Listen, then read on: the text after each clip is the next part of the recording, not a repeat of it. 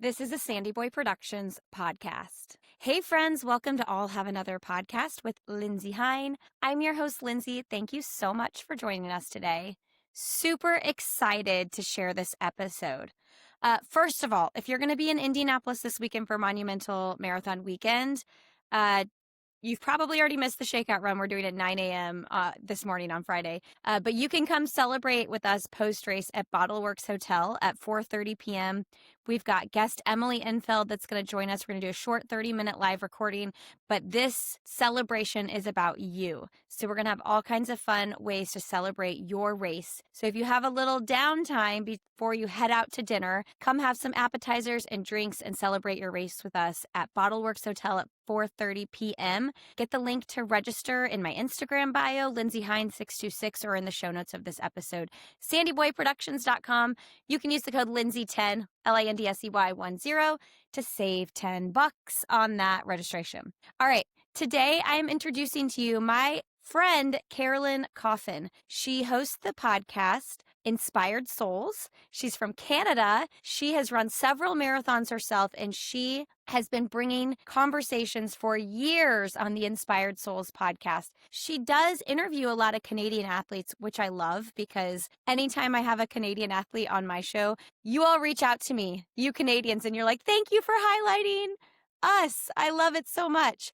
Carolyn also interviews people here in the States as well, but she does have a heavy focus on Canadian athletes, which I love so much. She's the mom of two. She's a military wife. In her past life, she was a physiotherapist, and now she's all in on coaching and hosting this podcast. She's on a mission to break her marathon PR at 48 years old, which is so exciting.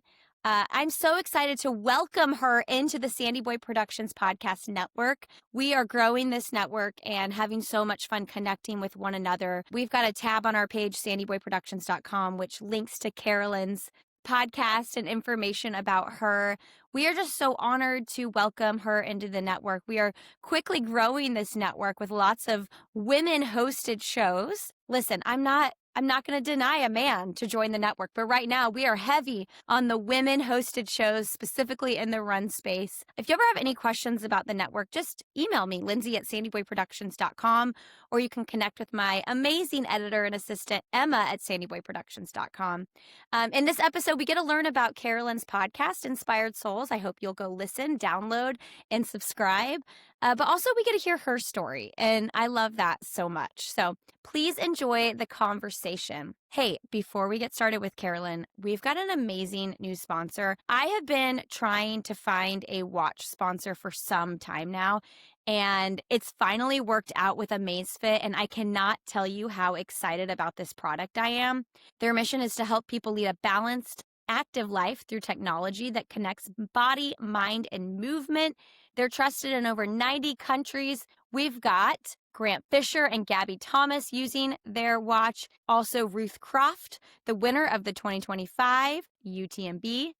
And what I love as a multi-sport athlete is this watch is great for any sport you are doing. Now, they've got different options, and what I love is the price point. They've got the T-Rex 3 Pro for $399, engineered for trail runners, ultra runners, outdoor adventurers, and athletes willing to take on the unknown. So many cool features with this. They've got the Balance 2, that's actually the one that I use, for $299. Ideal GPS watch for any road runner looking to log training, monitor progress, and prepare for race day. They've got the Helio strap, which is also amazing, $99.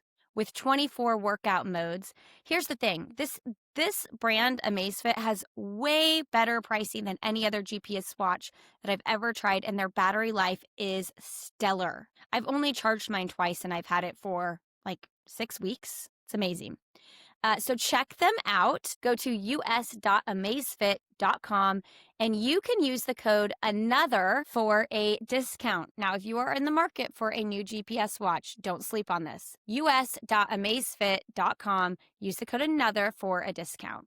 All right, friends, please enjoy this episode with my friend and new host in the SandyBoy Productions podcast network, Carolyn Coffin. All right, friends, we've got some super exciting news today, and My podcast network dreams are coming true. Carolyn Coffin with the Inspired Souls podcast is joining SandyBoy Productions podcast network. Welcome to I'll Have Another, Carolyn.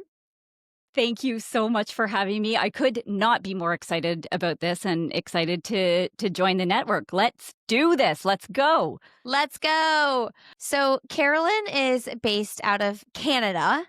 And I have to just say, for all the listeners in Canada, thank you for listening to this podcast and her podcast. Every time I interview a Canadian athlete, I, without a doubt, will get people from Canada being like, thank you for highlighting us Canadians. And that makes me feel so happy. And that is so Canadian to be so polite and thankful. But yes, I do happen to know that many Canadian runners that I know, and I know a lot of them, listen to your podcast. It's one of the great ones and one of the OGs. One of the OGs. Yeah, actually, I don't think I told you this before we started recording. I'm interviewing a Canadian today at 4:30. I've got Rory Linkletter coming back on the show. I've had Rory on a few times, yeah, and most recently with his wife, Jill, which was one of my favorites, actually. Oh, okay. We'll have to link that episode in the show notes of this podcast. So let's introduce you to my audience. I'm really excited to introduce you. One of the reasons I started the podcast network was I wanted to elevate other people's voices who are also hosting shows. I did not know that it would end up being so focused on running podcasts. And we've just ended up having so many women hosted shows in the network specific to running. So it's just such a great fit to have you join us. Can you tell us a little bit about your show and the types of interviews you host? Yeah, so I've been hosting Inspired Souls since September of 2020. So it was kind of a little pandemic project. And I started it with one of my great friends, Kim Sankey. And she is a trail runner and an ultra runner and a physiotherapist and has so much in common with me.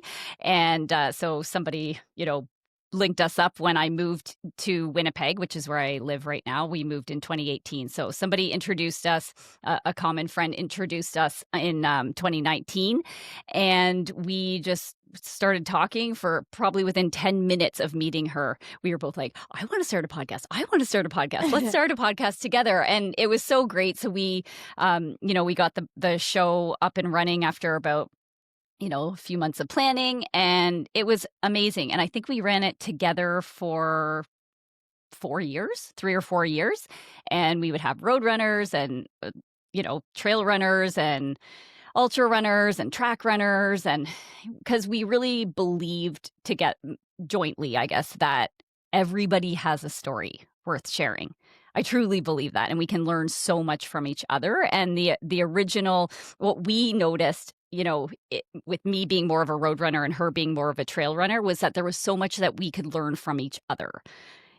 Trail runners tend to be a little bit more like chill, easygoing.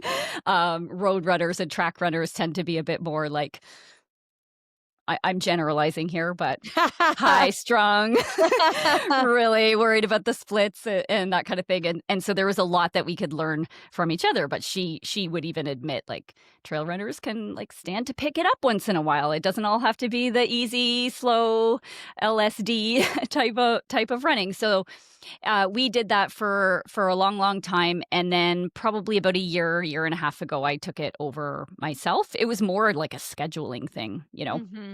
It's so hard with a co-host. Yeah. So, which is impressive because some of the shows in your network have multiple hosts, and I'm always amazed I don't know how the trail network ladies do it. Yeah. So yeah, since I've taken it over, I would say it has a little bit more of a road running, track running slant to it. I love having on, guests that can educate us, inspire us.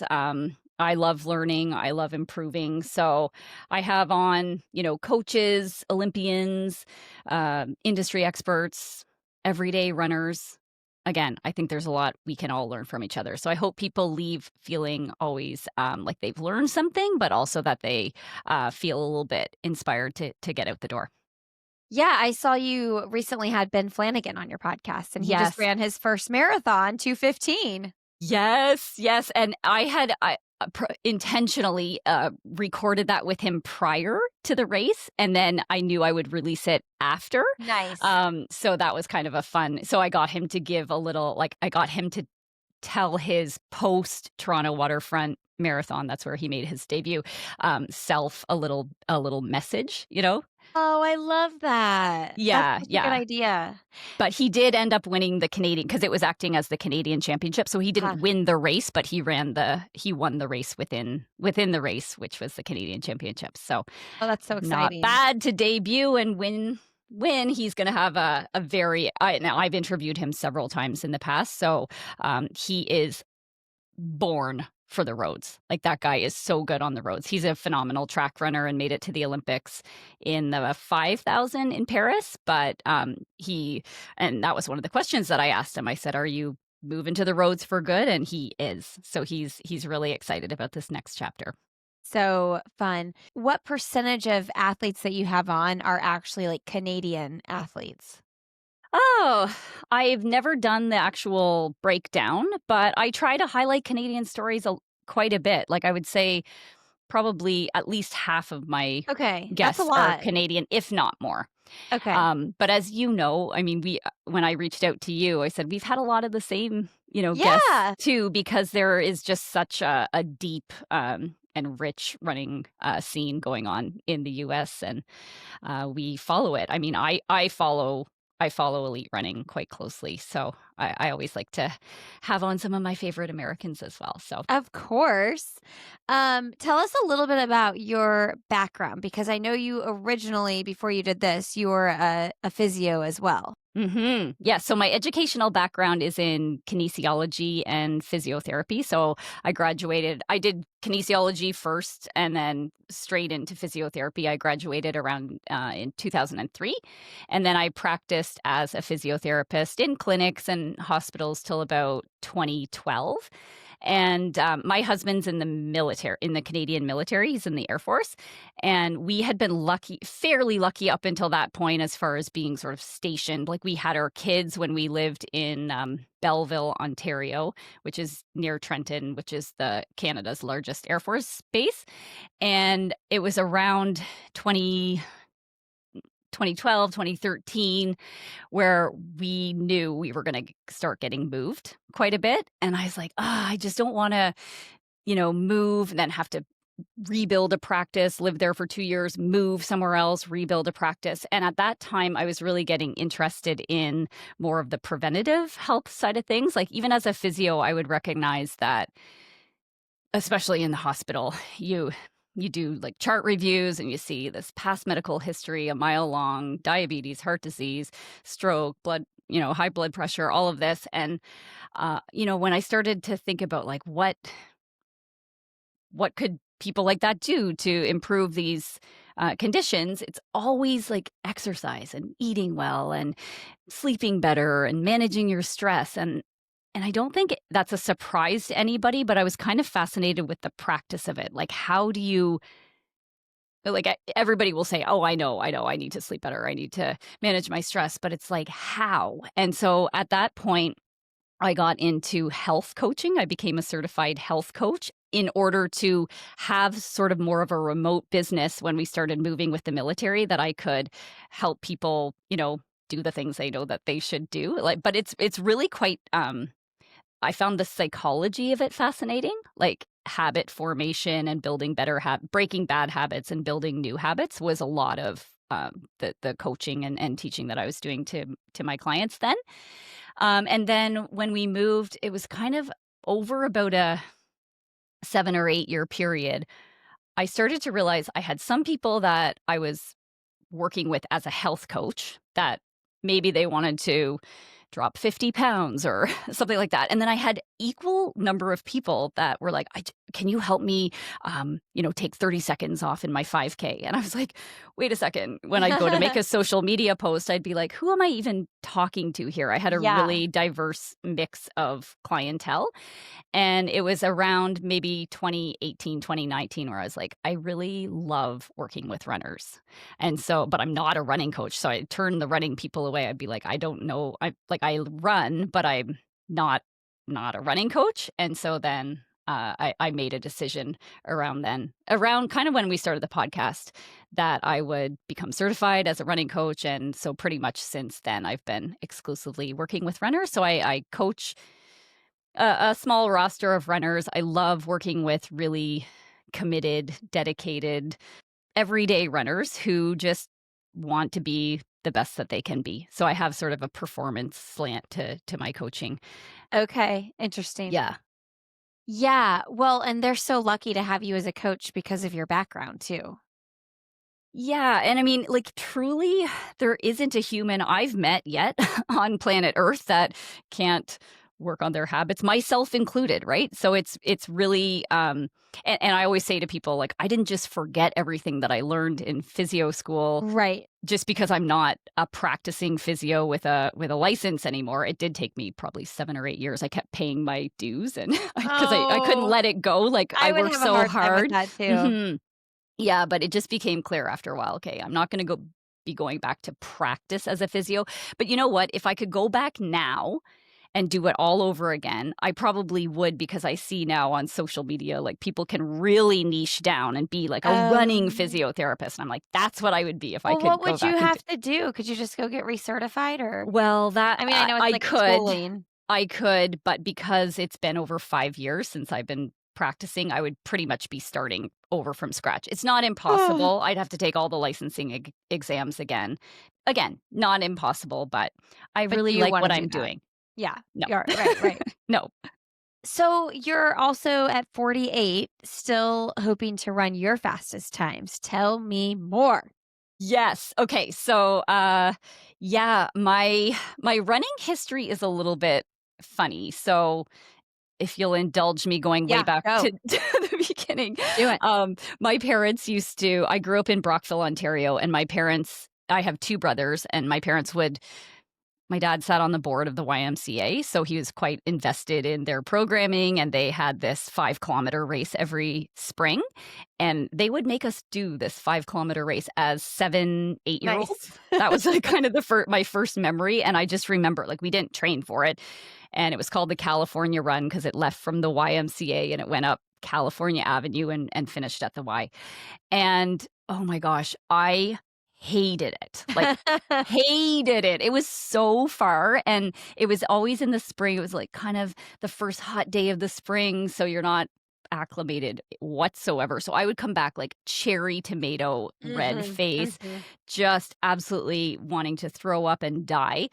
And my older brother, I have a twin brother and an older brother, and my older brother is only a year older. He pretty much from 8 years old, the first time he did it, like, basically won the thing. I don't know if he won it when he was 8, but he was probably running around 20 minutes right out of the gates. Wow. And I think I formed some quite unhelpful beliefs about myself and my abilities then, like, "Oh, running is not for me. Kevin's good at running.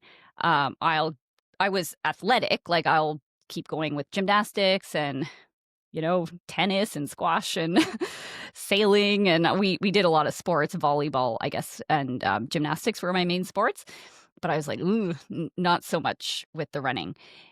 Yet, we would still do this once a year race, and so every year, like, my times would improve. I still hated it, but my Mhm. times would improve, and so I was okay, and I kinda kept that up until my 30s. Like, I would just jump in a local race here or there. I could kinda run a 22-minute 5K, 23 minutes or something, like, off of just nothing, So that's pretty fast. and, like, a 48-minute 10K off of nothing. Like, I did not train. Yeah. And so in my 30s, I decided, because this is after I'd had my kids. We have 2 teenagers, who are 16 and 18 now, but it was after our second was born, and I was like, "Okay." So I asked this brother who went on to be quite good. Like, he ended up running a 2:21 marathon in, Wow. like, Wow. 2004. Okay. So I think He's there's like Peter Bromka level.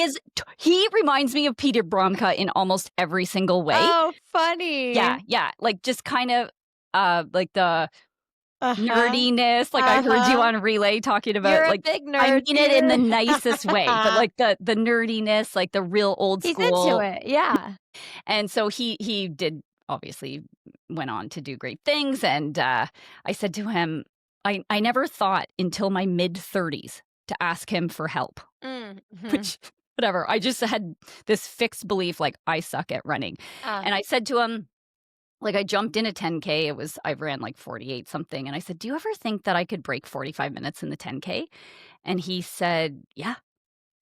And I was like, "Would you coach me for that?" Aw. And he's like, "Of course." And so when he started coaching me, I couldn't believe it. Like, all I had ever done was I would go out and run my neighborhood loop, call it 30 minutes, and I would just try to do it as fast as I could every single time. Hated it. Came back with a cherry tomato face. Like, nothing had changed since I was 7 years old. And when he started coaching me, it was like, no, no, no, like, slow down, slow down. So that blew my mind. I was like, all of this training is actually easier than what I was doing before. So he slowed it down. He added like some structure to and workouts. Like, I had never done workouts. I had never done long runs. It was it was embarrassing how little I knew about running while having like this physiotherapy background. And he said, so my goal race was the Ottawa 10K in May of 2012. Okay. And he said, "I think we should do a tune-up race. Like, you should go in another 10K in April just to see where we're at." So I hop in this tune-up race, and I ran like 43 something in the tune-up race. For your goal, and your goal was to break 45. Yeah, yeah. So he's like, "I think we better adjust the goal." So then by the time Ottawa came, I was like 42 something. And then it just kind of, you know how addicting running can get when you start to see some improvements. Those big gains right at the beginning too are Such so big exciting. gains. Yeah, so those years between kind of 2012 and 2014, like, I ended up, breaking 40 in the 10K, breaking 18 minutes or 19 minutes in the, 5K, and an hour 30 in the half, or an hour 29. I ran an hour 28 something in the half. So it Okay, was nice. kind of right around then that I was like, "Okay, I really actually love this." And I Yeah. kinda wish I'd done it all my life like my brother had, because I wonder where the potential could be if I'd really gotten some training in those developmental years, but no regrets. Um, so yeah, that's kind of the story. But the marathon was something I had jumped into. I had jumped into a marathon, the Marine Corps marathon in the year 2000, Okay. with no training. Like, this was before anything. It was a disaster. It That was sounds so miserably hard. hard. Mm. I think the longest run I'd ever done was like Oof. 15 miles. It was so bad. And I think I ran, and I'm not saying the time, but like, it was just a terrible experience. Like, I think I ran 4:17, but with a You were miserable. sub 2 hour first half, and like, Yeah. like, just Yep, a we all know real what that feels like. Yep. positive splits for positive people. Yep, exactly. So that was 2000, and I just swore I would never do another one again. But when I started to get some success at the shorter distances in that 2012, 13, 14 era, I said to my brother, "What do you think about me trying a marathon?" And he was like, "Yeah, let's do it." And so I did the Vermont City Marathon and ran 3:21. Okay. So I took almost With an real hour training, off. yeah. Yeah, yeah, yeah. So, but what you were referring to, that remains my personal best in the Okay. marathon. Like, I Okay. ran one marathon with no training in 2000. 15 years later, my second marathon, almost an hour faster, and that was 10 years ago, and I've Okay. been kinda trying ever since then. I've had some pretty bad luck. Like, I was sworn off the marathon for a few years because I did that 3:21 in Mhm. Vermont, and then it got me into Boston. So I ran Boston in 2016, Okay. and I was, because my improvements had been so, um, great, like, race upon race, year upon year, I was like, "Oh, I'm gonna run a 3:10 Yeah, big marathon." expectations. Yeah, and, And so I go in Boston, not respecting the distance, the course, Mhm. all the things. And it was so hot too that day. Like, not so hot, but it was one of those years that was probably 70 something at the That's start. hot. That's Yeah, hot. when you haven't trained over. So Yeah. I was like, okay, maybe 315, but that even then it was aggressive and Uh-huh. it was feeling just absolutely awful by 10K. So yeah, I set out to run 315 and I run like a 335 and that was in 2016. I was like, okay, I'm done with the marathon. I like the shorter distances better. And I took a long time off. And when I got kind of reignited, it was when we moved to Winnipeg and I ran a 5K on my birthday. I like to run races on my birthday. And so I turned 42 and Okay. finished this 5K and I was like, 42. I kind of want to do like a project 42 at 42, like run another marathon while I'm 42. So I was like, okay, which one can I do? And so my brother was going to run and my husband, because he's a runner too. And we all decided that we would target Chicago 2020, because that's where my brother had set his 221 personal best. And I have a 321 personal best. We have like an hour different. Um, so anyway, we register for the Chicago Marathon and then the pandemic hits. Yeah. No Chicago So Marathon.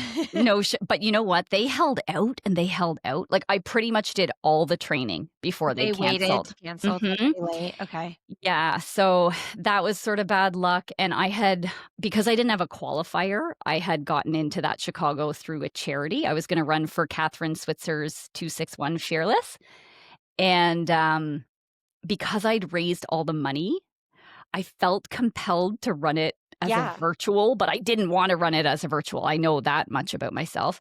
But because I'd raised the money, I was like, "Okay, I'll go out and do the virtual." And my whole thing was, can I run my fastest marathon ever? So I was still gunning for the sub Oh my 321. gosh. On the virtual. Now, not appreciating again that no crowds, no aid stations, no support, just like loops around my neighborhood. I was like, what am I thinking? So I DNF'd at 20 miles classically in my virtual. And then I felt so bad about it that I went out 2 weeks later and just jogged it. So that was kind of the first stroke of bad luck. And then as races started to come back in 2022, I decided to run our local race here, which is actually in June.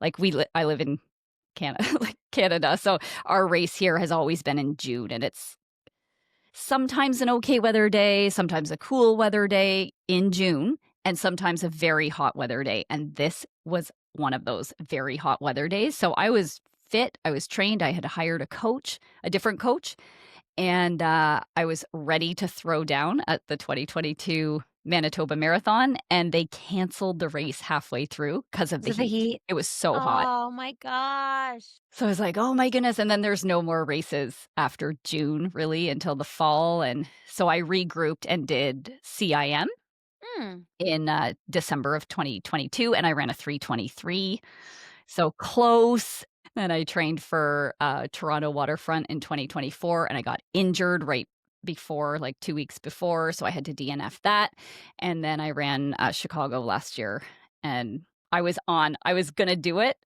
This is probably a podcast you could link in the show notes because it's a bit of Oh, a long story, but yeah. I was gonna break. I was so ready. Um, it was going so well, and then I had some GI issues. Oh. So I read a See? 324. So anyway, I am hell It's in bent. you. I think Especially I since can you do ran it. it last year. Yeah. You Yeah. you ran so close to it just last year, and had you not had the GI issues. Yeah. So I'm running the marathon project in less No! than 8 weeks, and You I'm are? aiming for a personal best, and I really think on a good day I can run sub 320. So that would just be fun to set a personal best in the marathon when I'm this old. This old. Hey, hey, if you were looking for a great way to hydrate, look no further than Cure Hydration. They've got clean, pure ingredients, a great electrolyte mix, and the cool thing is they also have a kids blend. I always am hoping my kids will just drink water because it's cheaper and that's probably what they need, but we get really sweaty on the soccer field and Cure has some great options for athletic kids who are out there running around. Go to curehydration.com/another and use the code another for 20% off your first order. All right, friends, back to the show. Tell us a little bit about the Marathon Project experience. Like, I remember interviewing Ben Rosario. I know you've had him on your show too.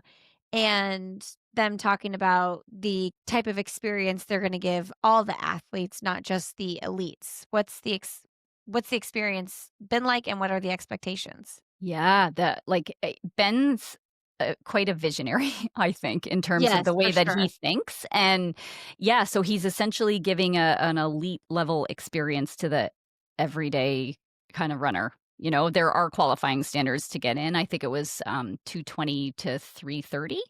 Okay. Um, but so anyway, my husband and I both got in, and they're treating you like an elite. So you're staying right at the start finish line. There's like an indoor warm up area, tons of bathrooms. You get Nice. bottles, like elite, Nice. like bottle service.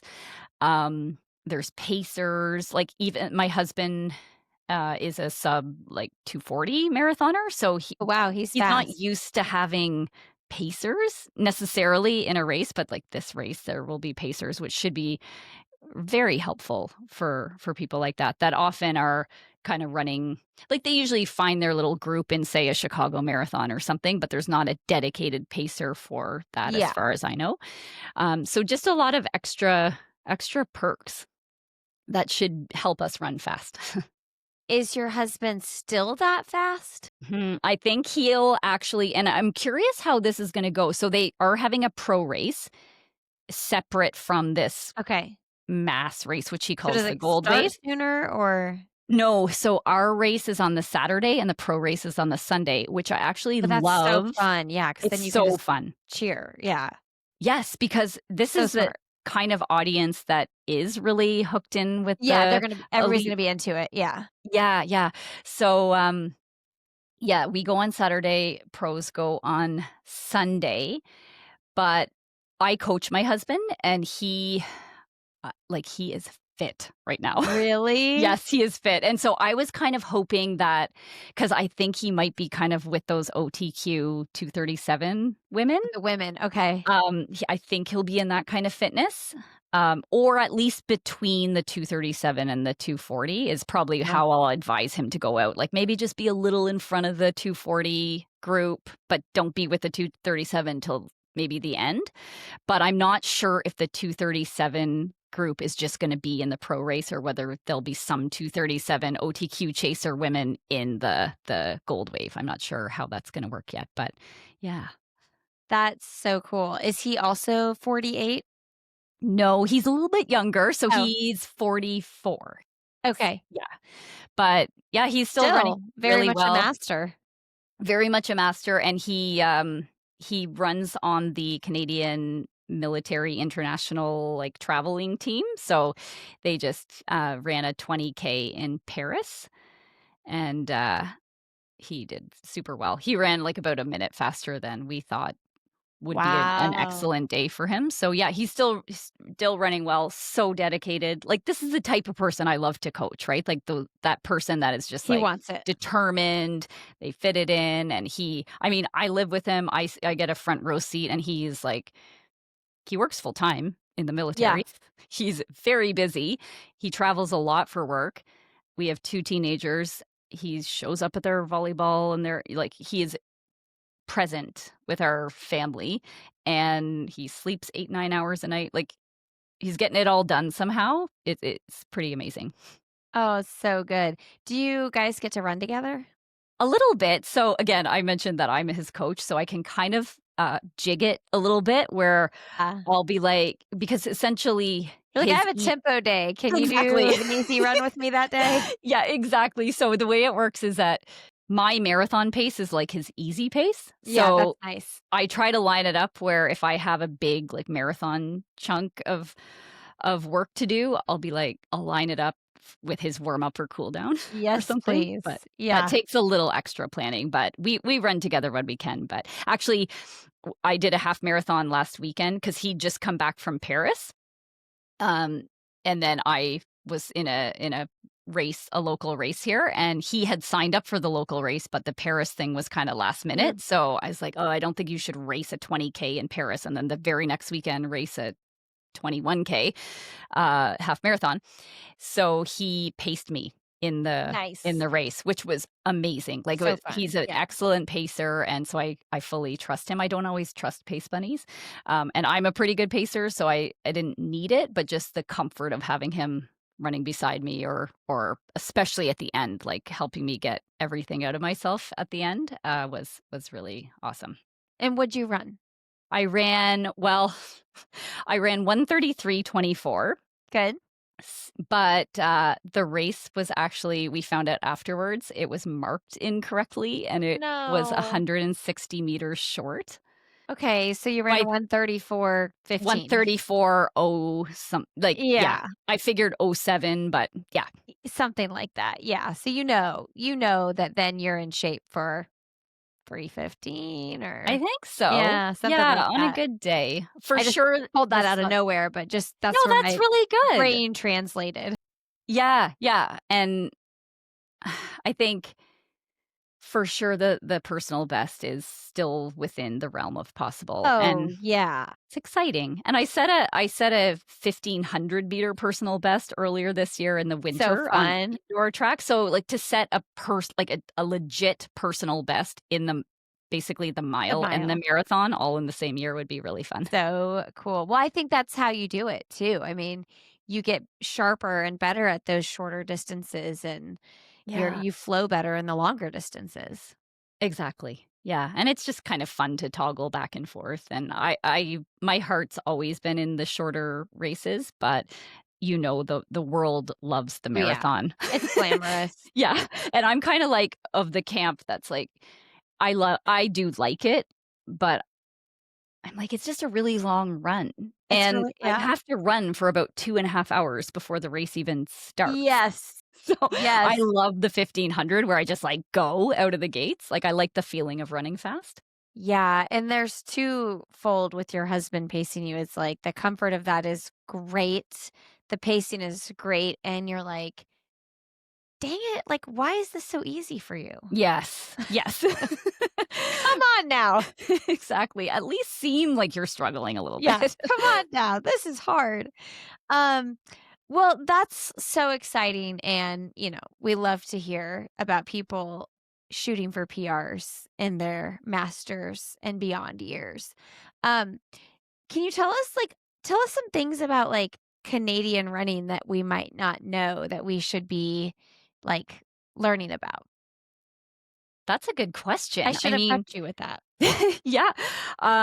Well, I mean, like I said, we just had our Canadian championship in the marathon, and Ben Flanagan won on the men's side, and on the women's side, we had Rachel Hanna Okay, win her first national title at the marathon distance, I believe, and she'll be running the Marathon Project, fun. actually. And I'm trying to line her up right now on the podcast, so we're Come on, Rachel. come on, Rachel. Yeah, and she's amazing. She's been around the block forever. She's a registered dietitian, so she has that side of things too, which I'll definitely ask her about if she comes on. But you likely know that we've got Natasha Wodak and Melindy Elmore. They're like still going strong in their Queens. mid Yep, 40s. yep. Had them both on the podcast. They're amazing. And I keep wondering like who's coming up, behind them. Uh-huh. There's a few ladies, Alaya Brody, I think, Erin Mawhinney. She's running the Marathon Project. She just, I believe, won the half marathon at the Toronto waterfront in, I don't know, 113 or Okay. 112 or something like that. She's hilarious. Have had her on the podcast before, and we share the same coach. Reed Coolset, who is an Olympian himself. Also He's Canadian? also Canadian. He ran in the 2012 Olympics for sure, and 2016, I think.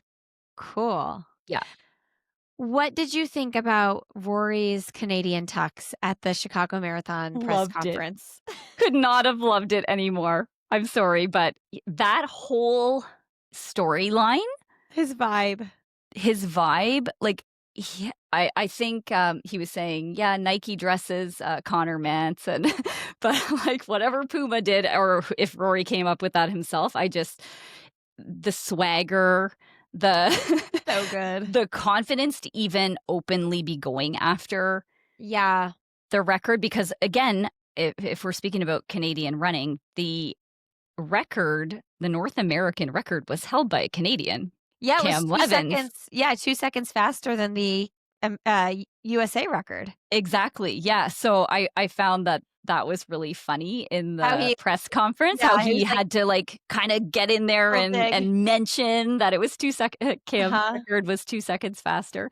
uh-huh, So that was really funny. No, Rory is, fun to follow. He has that totally. YouTube channel. I'm not sure if you've checked that out before, but, it's very well done, his YouTube channel, and you get a decent behind the scenes about what goes into his running, and, it's pretty awesome. I love that so much. Yeah, I mean, Melindy Elmore, Natasha Wodak, Lonnie Marchant. I'm trying to think of other Canadians I've had on my show.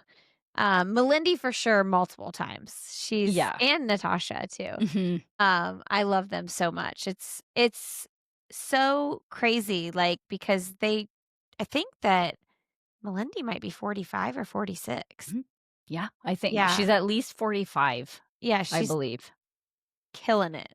Wow. Killing it, and, one of probably my favorite episodes ever on my podcast was with Natasha Wodak. I've had her on several times, like I mentioned, but she is our Canadian record holder. She took it Mhm. from Melindy. I think Melindy Mm. set it in Houston in 2020, Mhm. right before the pandemic, and then Natasha got it in Berlin Mhm. in maybe 2023 or 2, somewhere around there, and she's held it ever since. And so she's our Canadian record holder, and she didn't make our Olympic team for Paris in That's 2024, right. and I had her on to talk. She tried 4 times.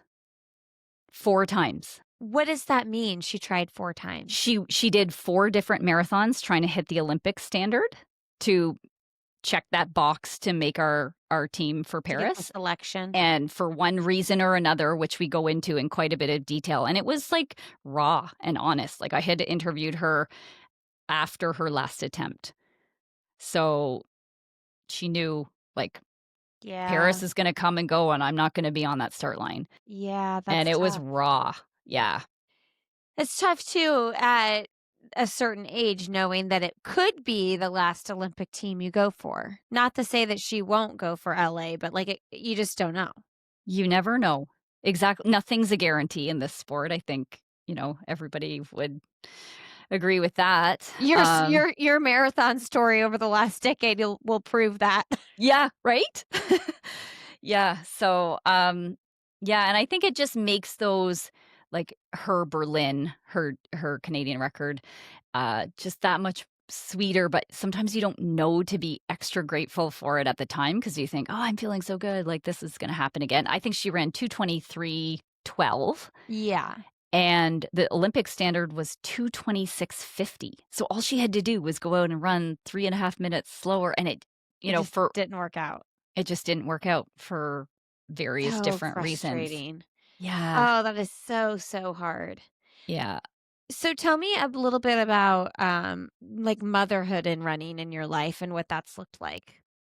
Yeah, so like I said, I didn't I only got into running with any seriousness when the kids were young, and oh my, I have so many good memories of taking our kids, like, packing them up and packing the sand toys and all their little toys and going to the track and doing workouts on the track Oh, with and they our yeah. club, and we'd stick them in the sandbox, like in the long jump, triple Yeah. jump pit, and so they sort of grew up watching us run, and we'd drag them to races, and if there was a kids 1K or just a mile or something like that, we'd put them in that. Our kids never really took to running, and I'm okay with that. Like, we expose them to running, we put them in.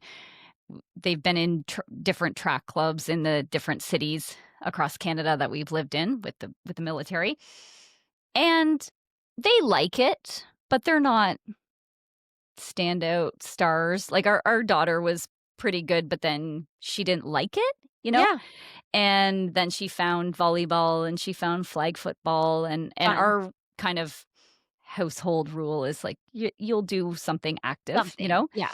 And so as much as I would love, especially with her, she's very like her form is so good. Oh, And then you're you're like, like, "Oh, oh, I can you see would be it." so good at that. You know, they did cross country and everything.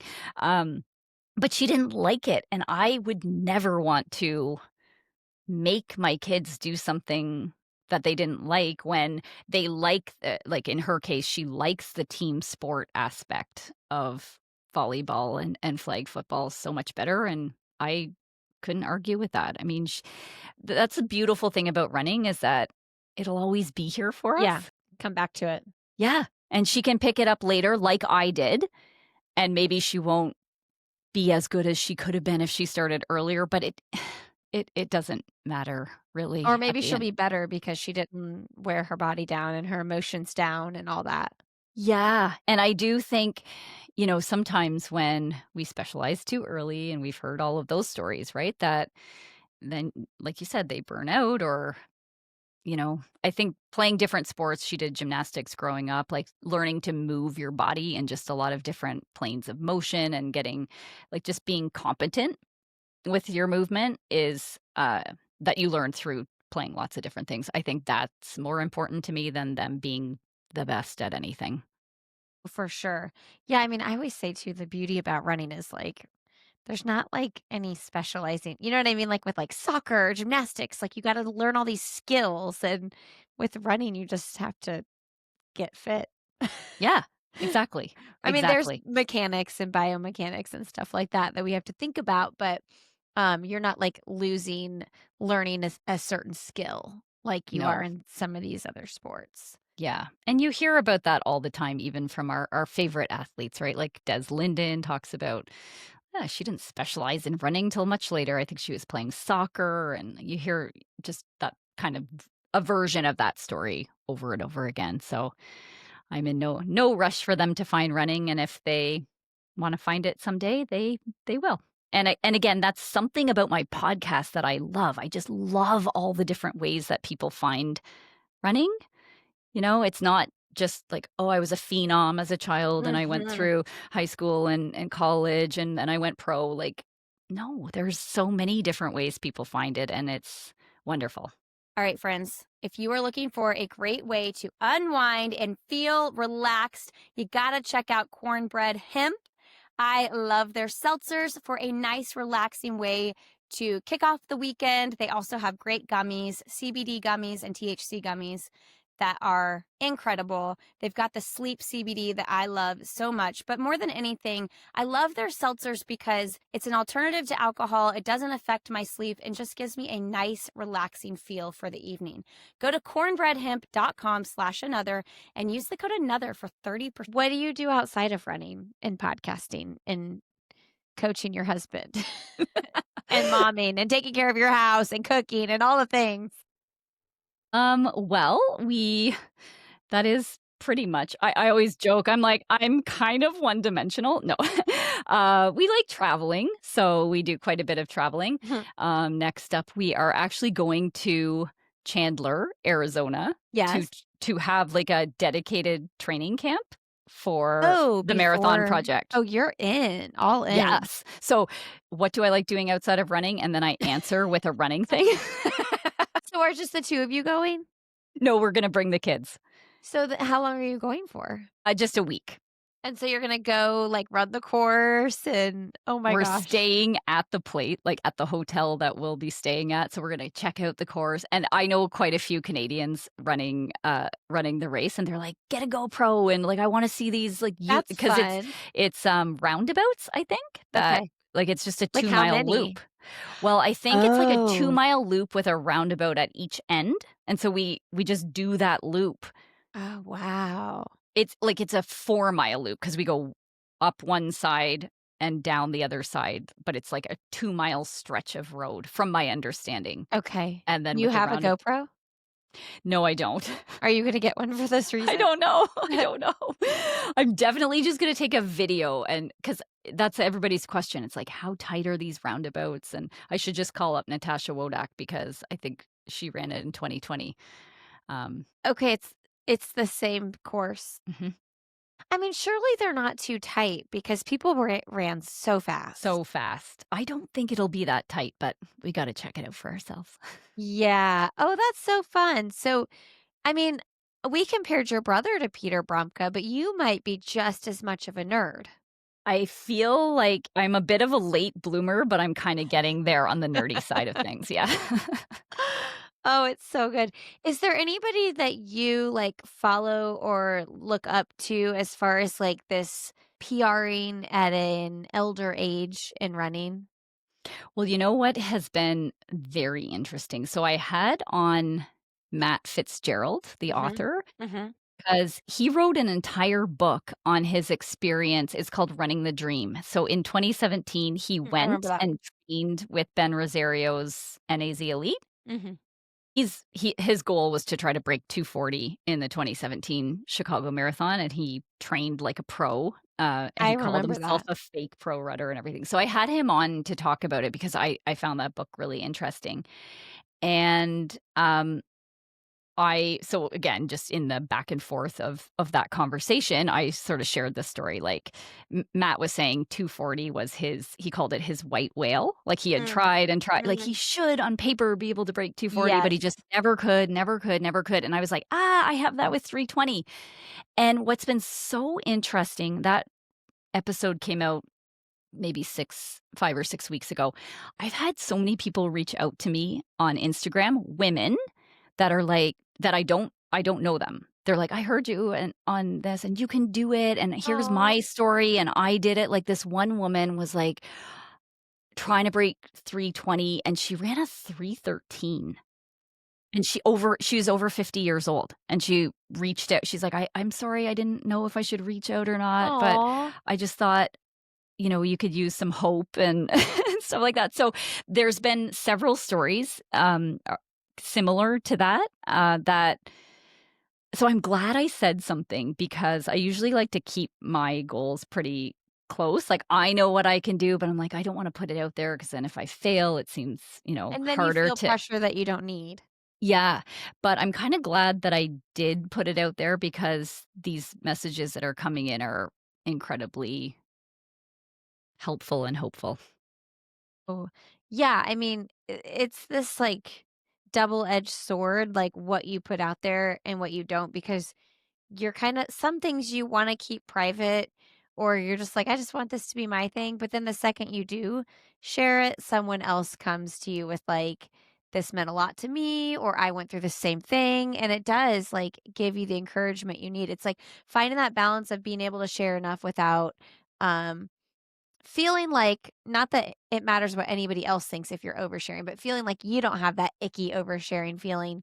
And then also like if sharing too much makes you feel this external pressure, then you don't want to do it either. So yeah, finding what works for you can be challenging. Yeah. But I think at this point, it's no secret to anybody that if I'm Grade lining up for a marathon, 19. I'm trying Grade I 19. want my time to start with a 3-1 something. Yes. And you know what? And I have full awareness that nothing about my life is gonna change if I do it Right. or don't do it. Like, I Right. am f the reason I'm finally able to share it is because I have failed so many times that I know I can handle it. You know? Like, nothing's gonna change if I don't do it, nothing's gonna Yep. change if I do it. It's just I find it fun, like, to Totally. to chase it, and really the thrill is in the chase, I think. And you will be really satisfied when you do it. Yeah, It and then will I'll feel probably really just good. move the bar. Yeah. Yeah, yeah, then you're gonna go sub 3:15. Yeah, or I'll never run a marathon ever again. That's Or kind of yeah, my dream. you'll Well, be so satisfied. like I was telling you before, it's not my favorite distance. I Like, I know. do like the shorter It's so distances. hard. But I am running Boston in 26, and that Okay. will be the 10-year anniversary of the horrible year that I ran Boston that I was trying for the 3:15 and ran a 3:35. So I'm Yeah. so excited. I didn't know anything about running back then Mhm. in 2016. So it'll be the 10-year anniversary. I've learned so much about the sport. I didn't know any of the history. I didn't know it was like popular, all that hard to get into. I just ran a race, qualified, went. I didn't know about the screen tunnel. I didn't know about all of, Catherine Switzer and all of the champions from the past. I've learned so much in 10 years. So I'm going to go there and jog it and Soak take it it all all up. in. Mhm. Peter Bromka would not approve of you jogging that I race, Carolyn. know, I know, I know. But you know what? Okay, I you're on think my I can team. I've jogged it. I've jogged it. You're with me. I wanna jog it and then maybe try to beat my 3:35 from Yeah. 20s but if I can run a 3:20, then 3:35 sort of Yeah, you can maybe it run kinda jogging it? easy-ish, enjoy it. I mean, the first time I ran Boston for the first time in 2009, and talk about not knowing anything. I knew nothing, and it was also my 2nd marathon, and it was so different then too. There wasn't social media, there wasn't this influencer culture, like, it was just a bunch of people who were really serious about running, and I was like, "Hi, I'm here." Yeah. I mean, I have, like, one picture from the whole race, like, Yeah, it's same. such a different time now. I mean, even from then to 2016 and then from 2016 to 2026, it's crazy. Yeah, it's changed so, so much. Yeah. Okay, well, what is something professionally or personally you'd like to do that you have not done yet? Well, I get very, very inspired by other people, hence the name of my podcast, Inspired Souls, but there's a couple of people that have inspired me lately in running that I wanna do something similar. So, there is a podcaster who his name's Christian Warwick, I think, and he Okay, does the marathon podcast, it's called, okay. but he started, sponsoring athletes, like, I think he's sponsoring Julia Patternine, He, like, and just personally sponsors them and pays for the stuff? yeah, and I don't know exactly how it works.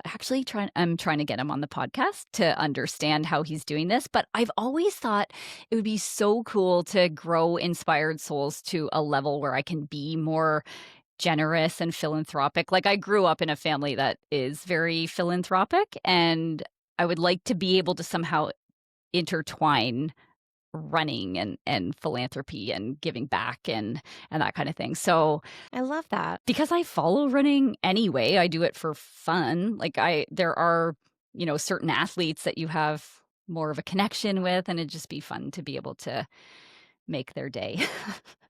So that's one, and then Stephanie Bruce is doing a very cool thing with Tracksmith, Love her her so much. sponsor. Yeah, and, helping for people that don't know, she and Tracksmith are teaming up. I think she's coaching a group of women to try to get the, OTQ Mhm, of 2:37 for the LA trials, right? mhm, mhm, right.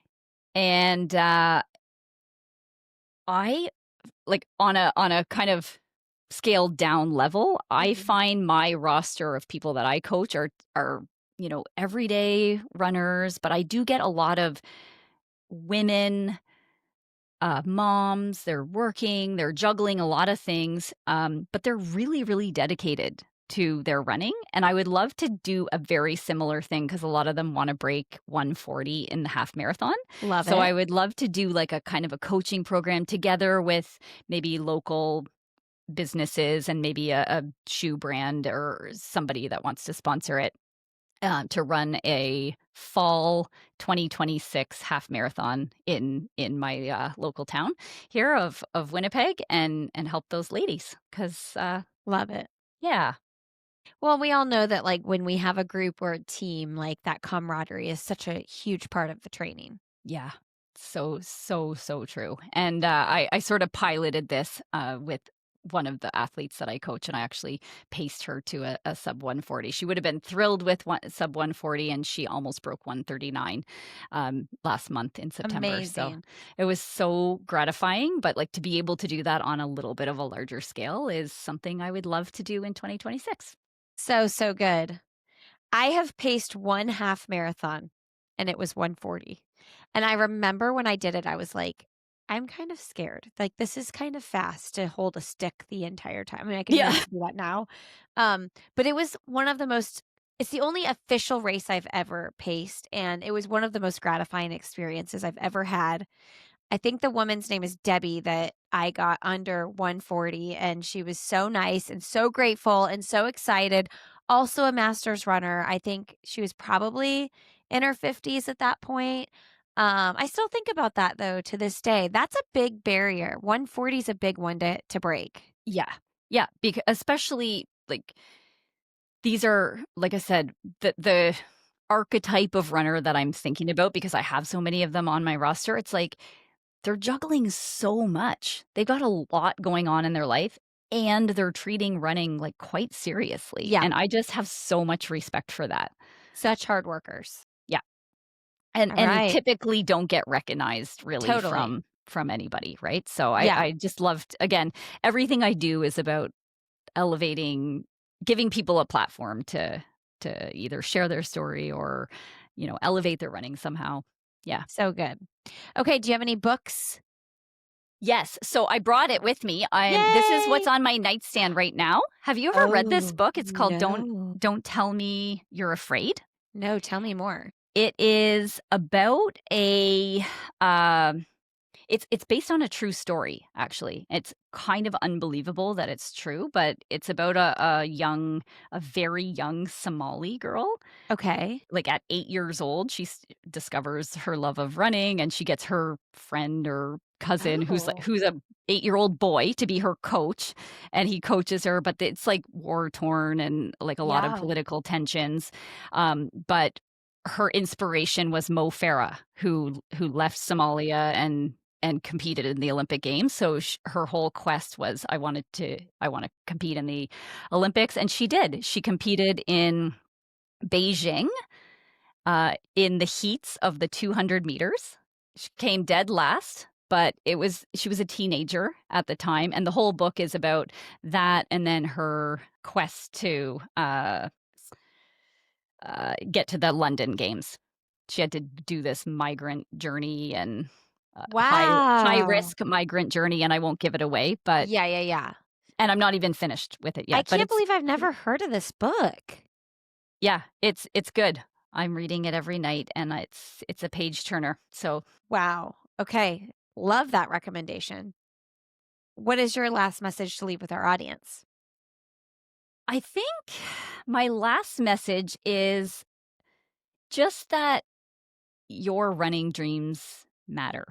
They're not silly. Like, sometimes I can think, like, what is the like, I'm just a regular person. I am not getting paid for this. Why do I care so much? And almost, like, talk myself out of it, but it's like it's so good for your kids to see you care about something and go after it with everything you have. A lot of times, certainly the ages of my kids, it's like it's all about them and their athletics. And we do that too, but it's like you can continue to have goals and dreams and care about something athletic and chasing your dreams even into your adulthood. And I think that's good for kids to see as well. So your running dreams aren't foolish, they're not silly.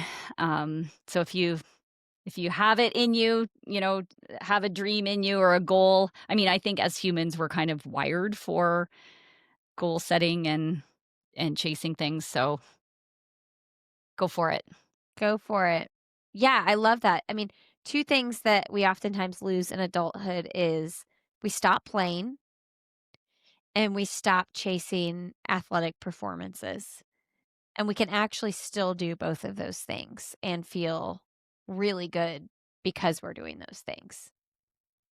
So good. Carolyn Coffin, welcome to the SandyBoy Productions Podcast Network with Inspired Souls. Thank you so much for having me, and this is just the beginning. Yay! Thank you so much for joining us today. Thank you, Carolyn, for coming on the podcast. We loved having you join us in this network. We cannot wait to share this experience of podcasting with you at SandyBoy Productions. Y'all head over to sandyboyproductions.com to learn more about Inspired Souls, Carolyn's podcast, and all the shows in our network, sandyboyproductions.com. Thank you so much for being here. Check out our show notes at SandyBoyProductions.com to learn more about our sponsors and all we're doing here. I couldn't do this without you, listeners. Thank you so much. Happy Indy Monumental weekend. Can't wait to see you out there on the race course. Have a great rest of your day, and we'll see you next week on I'll Have Another with Lindsay Hein podcast.